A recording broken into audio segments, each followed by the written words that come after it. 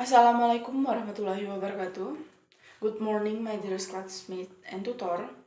Now, in this change, I would like to invite you to imagine a situation where we are always under surveillance, many eyes watching our every movement. We are considered inappropriate, taken for granted, scorned, and mocked just because we look different. As we all know, in this world, there's a various ethnic tribes and culture and also races. So differences are not something we should consider taboo. Differences is a part of diversity we should appreciate. Many of us focus on the differences, not the similarities of the others. Racism is everywhere. In this change, I would like to tell you why we must stop racism.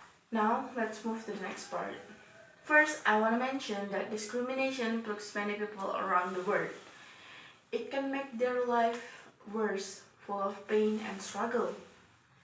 Not only it is heartbreaking, but it also forces you to give up progress at your work or in society. Employment, loss of promotion, and fired just because they are a minor or they came from a certain ethnic. Discrimination must be stopped. No one can determine for themselves what they were born as, from what tribe or what kind of physique.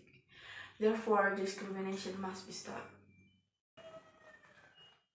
Now, let's move to the second point. Racism is an epidemic that is spread to communities and affect the life of thousands of people every day. This is manifest in a word of deeds from a children to elder. When racism works, when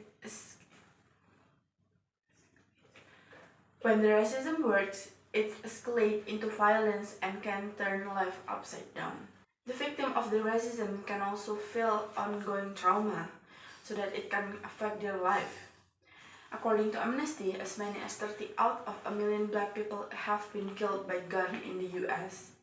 This overlaps with the numbers of the white victim, which reached 12 people out of 1 million white residents. This is show the high rate of racism against black people in America. Move to the third point, I want to mention that racism can cause women to be increasingly intimidated so that the inequalities between women and men are further away. There are racist acts that women face almost internally, such as forced sterilization or insidious women. Sometimes racism affects women in certain ways, such as when government officials rape or harass women to intimidate society. In other cases, the results for the woman are different.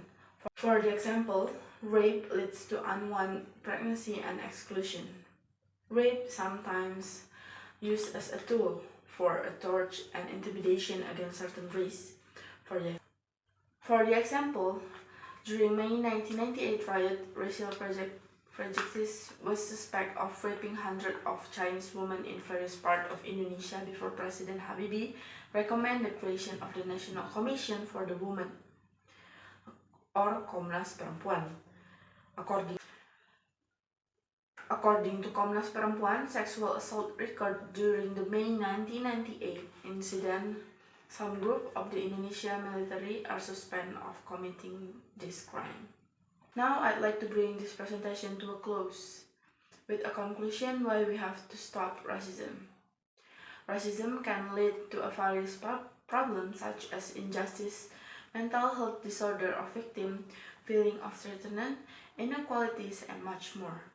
Indonesia is known as a country with a high level of tolerance. This is due to the diversity of tribes and culture in Indonesia. But cases of racism in Indonesia still cannot be denied, such as ethnic Tionghoa who was often experienced racism in Indonesia. As an international relations student, I also know racism is a big issue that almost talk in every day. Everyone must be aware with these issues. We have to stop racism because if we can receive differences, we can live with others in a great symphony. That's all from me. Thank you for your attention. Wassalamualaikum warahmatullahi wabarakatuh.